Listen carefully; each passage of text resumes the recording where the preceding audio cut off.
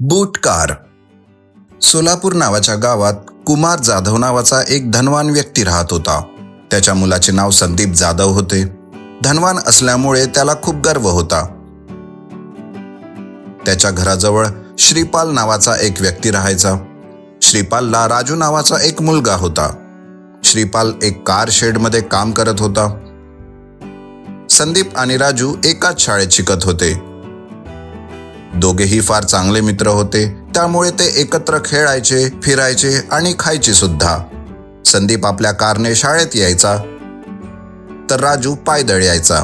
एके दिवशी राजू, संदीप, तुझी कार खूपच चांगली आहे.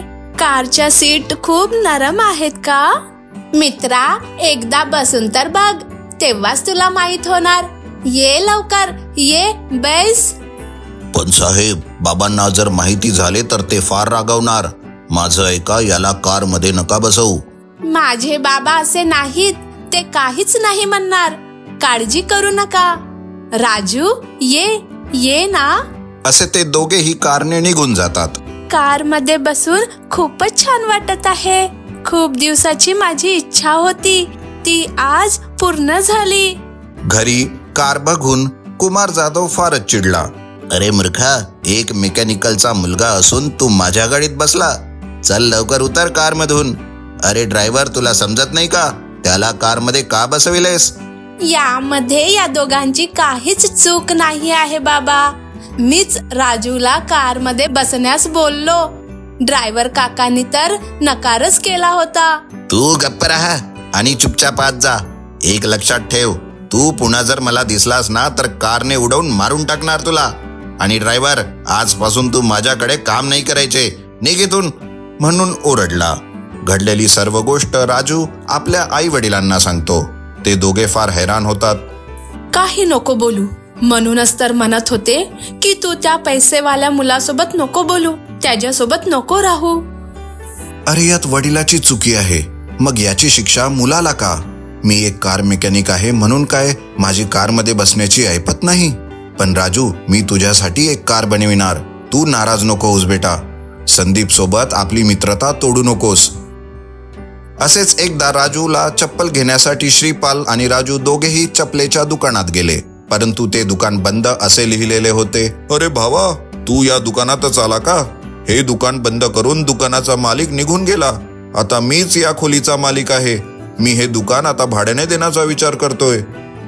तेवढ्यात तिथे असलेल्या एका मोठ्या जुत्याकडे राजू बघू लागला.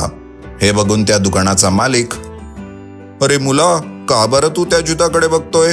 हा जुता त्या दुकानवाल्याचा होता. इथे सोडून तो निघून गेला. तुला हवा असेल तर घेऊन जा. धन्यवाद काका. बाबा, तुम्ही या जुत्याची कार बनवू शकाल का? अरे वा, मस्त आयडिया आहे. माझ्याकडे एक जुने इंजिन आहे आणि जुने टायर्स पण आहेत. यातून तुझ्यासाठी मी एक जुता कार बनवणार. काही दिवसातच श्रीपालने जुता कार बनवली. त्यामध्ये राजूला बसवून गावातून फिरू लागला. गावातील लोक त्यांच्याकडे आश्चर्याने बघू लागले. आता दररोज राजू त्या कारने शाळेत जाऊ लागला आणि त्याच कारने घरी यायचा. त्या कारमध्ये बसून सगळी मुले आनंदाने टाळ्या वाजवायचे. श्रीपाल लहान मुलांना कारमध्ये बसवून आनंदित व्हायचा.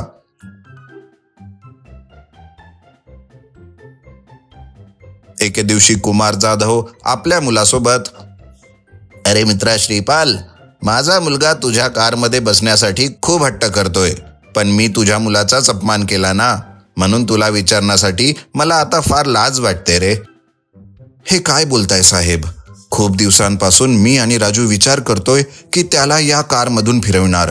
पण तुम्हाला हे आवडणार की नाही म्हणून जरा मीच विचार करीत होतो. माझा मुलगा तुमच्या परवानगीशिवाय तुमच्या कारमध्ये बसला, हे तर चुकीचेच होते. तुम्ही जे काही बोलले ते आम्ही कधीच विसरून गेलोत. ये बाळा, ये, बस कारमध्ये, मी तुला फिरवून आणतो. मला क्षमा कर श्रीपाल. पैशामुळे मी गर्विष्ठ झालो होतो. मी खूप जास्त बोलून दिले. लहान मुलावर सुद्धा खूप रागाविलो. लहान मुलांना आनंदित ठेवण्यासाठी फक्त पैशाची गरज नसते, तर चांगला विचार ठेवणेही तितकेच महत्वाचे आहे. हे तू आज दाखवून दिलेस.